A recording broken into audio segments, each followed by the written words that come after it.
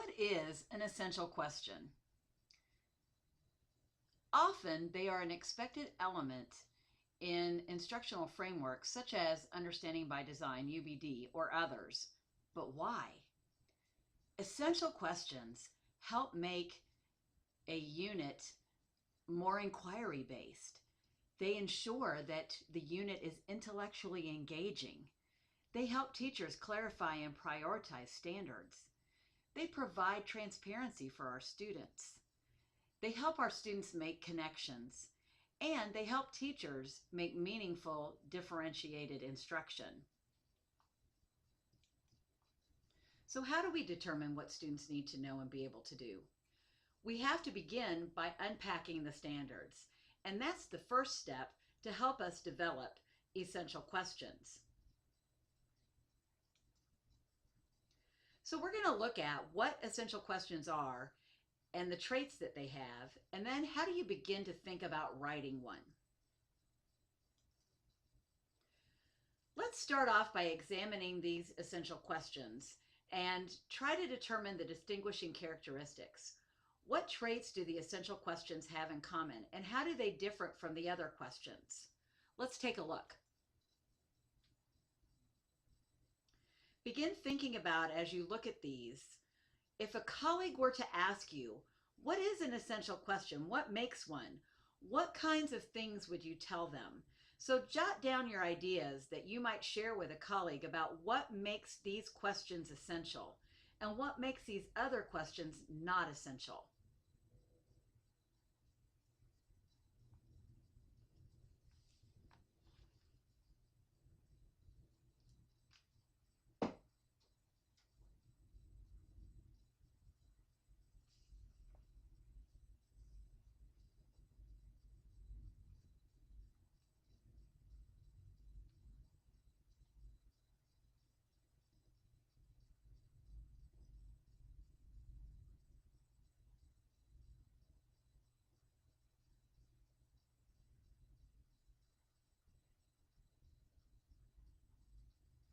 Have some good ideas?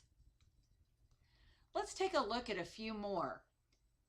These additional examples that are organized by subject will help spark your thinking and clarify the qualities of essential questions, often called EQs. History and social studies. Whose story is this? Math. When and why should we estimate? Language arts. How does what I read influence how I read it? World language. How can I express myself when I don't know all the words in that target language? Art. How can art tell us about a culture or society? What influences creative expression? Do you see the characteristics that you jotted down from the first examples showing up in these examples as well?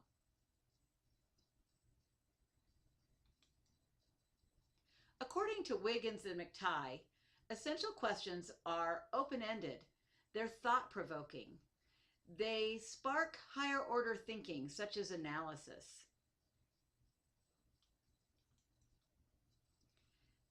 They point toward important ideas.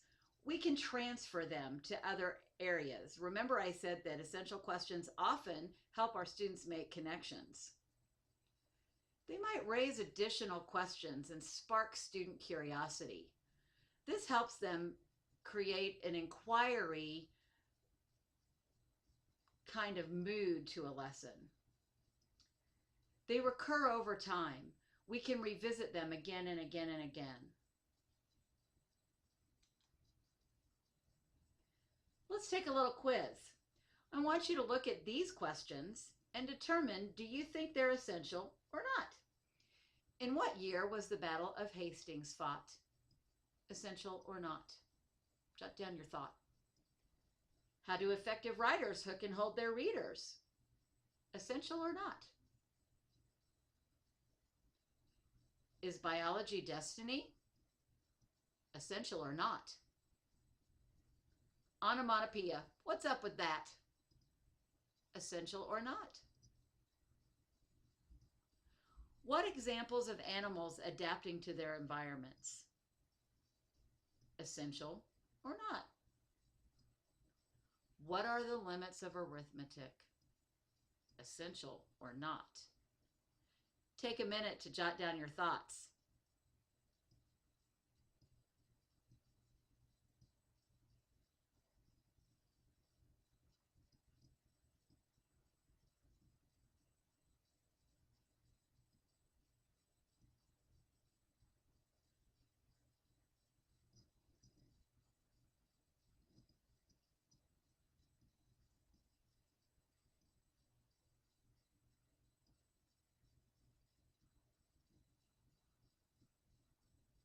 Are you ready? Let's see how we did.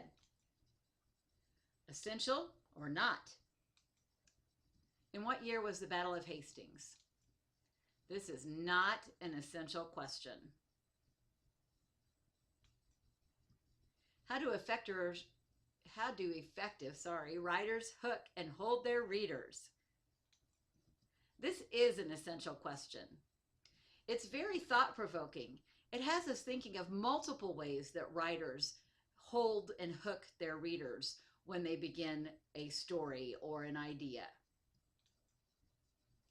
Is biology destiny?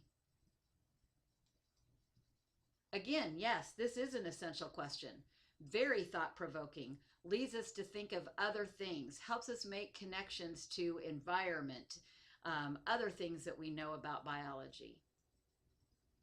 Onomatopoeia, what's up with that? Not an essential question. Really, we're just wanting kind of answers to what is onomatopoeia. It's not open-ended. What are examples of animals adapting to their environments? Not an essential question. Again, it's open-ended, but there's really right answers that we're looking for. It's not very thought-provoking. Last question.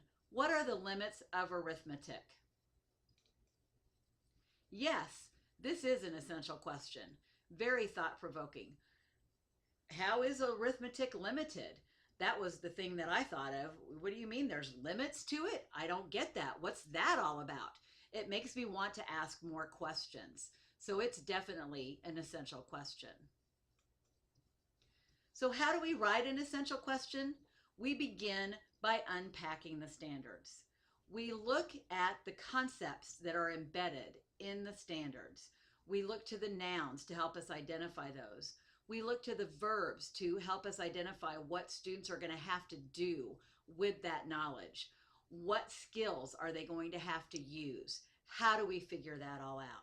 Once we have unpacked the standard and figured out what is the concept this standard actually wants us to teach, we can then begin thinking about those thought-provoking, open-ended questions that will help spark our intellectual curiosity of our students, help them want to look for other ways of looking at things, and to help us differentiate our instruction for our students.